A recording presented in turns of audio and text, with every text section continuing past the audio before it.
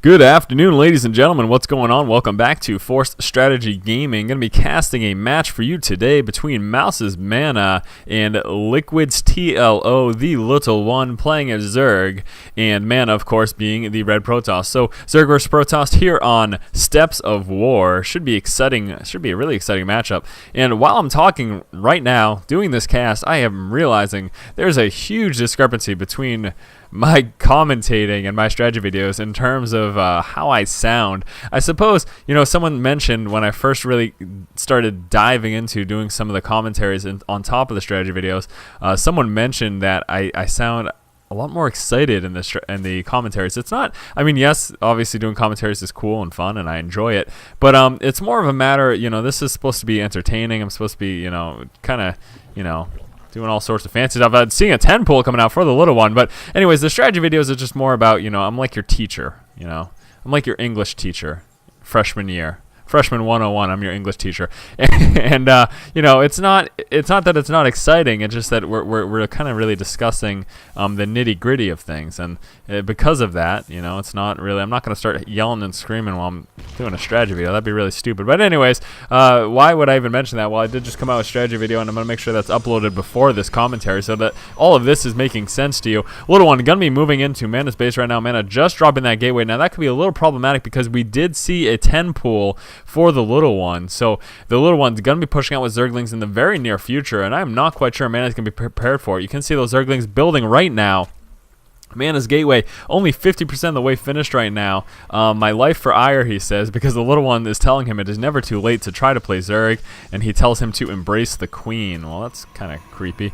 But anyways, Zergling's just about to pop right now. Little one gonna be moving forward, first taking out that probe, moving forward with these 6 Zerglings. There they go. So at this point, MaNa definitely needs to finish that wall off. I also want to make sure that first Zealot is on the way, and don't lose this drone, the little one. Try to block that building placement. Dizzy. Oh, very, very close. So almost got that drone just in time. He would have stopped that Siren X Core placement, and even delaying that for just a few moments could have been absolutely huge for him. Now MaNa is going to want to finish this wall off. He does see those Zerglings pushing forward right now, so is he going to finish the wall off in time? Yes, he does. Pylon going down. He's definitely going to take some damage here, though. First Zealot out. He definitely went on the wrong side there. I suppose he didn't want to push on this side, though, because he would have gotten surrounded there. And there we go. So getting that Zealot up in the front now and moving that wall to the back, getting that second Zealot on the way as well. He is getting gas, but not a whole bunch. He's going to be able to come out with that Stalker the second that this next Zealot finishes. He's going to want to put that Stalker. Lots of damage to this gateway, though, so the little one taking full advantage of the fact that the Zealots are forced to chill back there. But no, that Zealot feeling brave, pushing forward.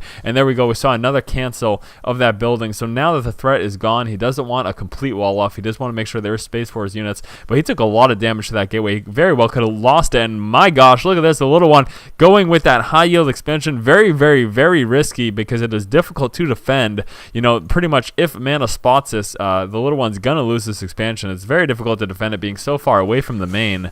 Now at this point, the little one, of course, does have to prepare for his transition. That extractor is coming up. He needs to move on and get something else other than these Zerglings with no speed upgrade. It's going to be a little bit of time before he can start researching that metabolic boost. And I think at this point, the MaNa is going to try to take advantage of that fact. He realizes the 10 pool really pretty much did fail. It did force MaNa to create these additional pylons out front and kind of come out with a wall that he may have not otherwise. But you can see he did cancel those buildings after the threat was gone. So he actually didn't take too many losses except for this base damage here. So moving forward with the units, but enough Zerglings over there gonna get a surround of the units and manage to mop up that small task force of 2 Zealots and 1 Stalker that pushed forward. Second Stalker was on the way, but no. So the little one had enough Zerglings to fend that off, no problem. And there we go, just getting enough SP gas right now. Metabolic boost has just started, so he's gonna be getting those speedlings in the near future. Now at this point, what exactly is MaNa gonna be doing? Well, we can see that additional gateway coming down. Looks like he's gonna be staying on gateway tech unless we see a robotics. No, another gateway, so he is very likely going to be just staying on this gateway tech, maybe going for a 4 gate. And again, this expansion over here, the little one's going to be getting a lot of extra resources unless MaNa manages to spot it. And then, like I said, it's going to be very easy for him to take it out. Now, speed is still, it's only about 50% of the way finished right now, so he's not really going to be able to catch up and surround these Stalkers, unfortunately for him. Probably going to see him on hold position right there, and there we go. So good job there by MaNa. And here we go, Warp Gate's coming in, and there is that additional gateway. So we are seeing a 4 gate right now from MaNa, deciding not to get that robotics facility, not choosing to tech up, just going to stay on this gateway tech for the time being. And I think it's definitely important to note that the fact that the little one didn't manage to do a ton of damage in that push is going to definitely set him back. And you can see clearly, I mean, this is probably a large part in the decision of him going for this high yield. He's trying to compensate for that setback that he has economically. Obviously, a 10 pool isn't the most economic of builds. You would look to get 14 or 15 pool if you're considering economy, or obviously that early expansion that a lot of Zerg players do as well. So being set back in economy, the little one's going to try to compensate for that in this high yield expansion. And again, the longer he can keep it up, the better off he's going to be. Getting Queen there as well for that inject larva, so excellent work over there. Going to be coming out with this level 1 upgrade right now, and here we go, teching up to a layer, so moving up to that higher tech, and this is where things can get a little bit problematic. MaNa's going to be trying to do a strong 4-gate push, clearly, that's his intention here, and he's going to need to do a ton of damage with that, otherwise he's going to be in a lot of trouble. Moving up to layer tech means that the little one's going to be able to take advantage of those higher level upgrades, as well as some of those higher tech buildings there. So moving forward with the Zerglings, not going to be able to engage there though, since he can't get us around. Also, there's a few too many zealots, and those sentries with those force fields are going to make things a little bit difficult for those Zerglings. So we can see here coming out with additional Zerglings. We do also have a Baneling's Nest right now on the way for the little one.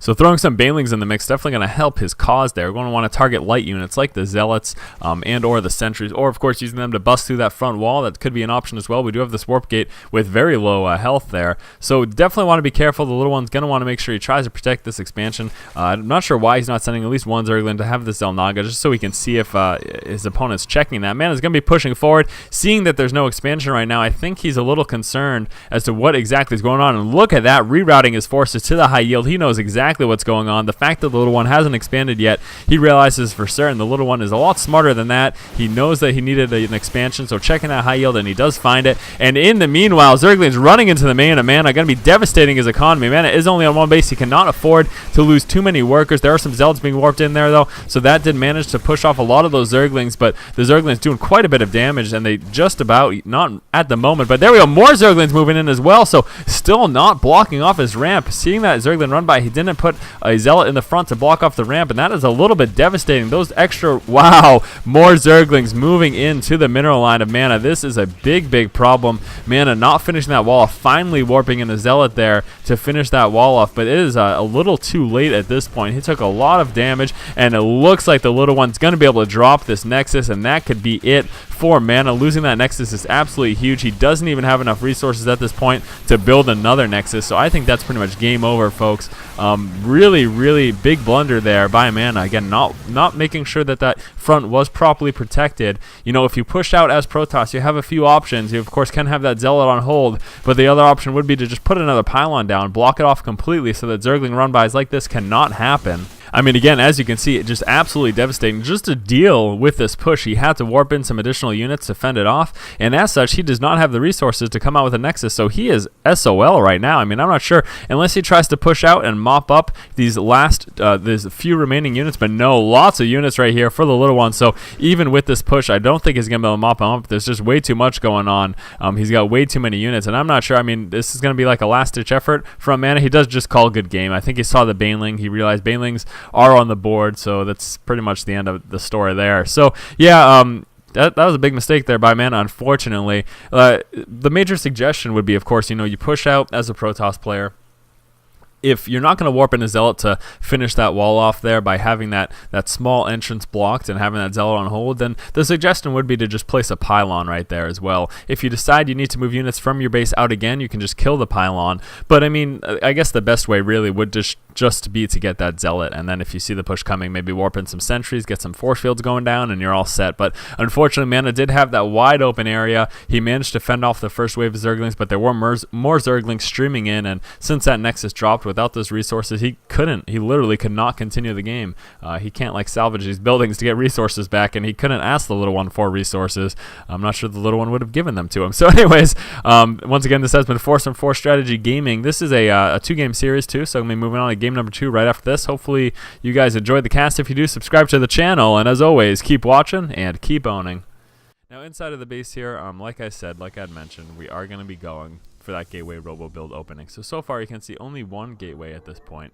We are about 27 supply in. So typically if we were going for something like a 4-gate or 3-gate blink stalker, you would see an additional building by this point. But no, waiting until that first 100 Vespian comes up after, you know, of course, researching that warp gate research and getting that first stalker. And then the next 100 Vespian after that, still on this one gas, is going to be used for dropping that robotics facility. So let's look at the opening thus far. It's been pretty standard with the 9 pylon, 12 gateway, 14 assimilator.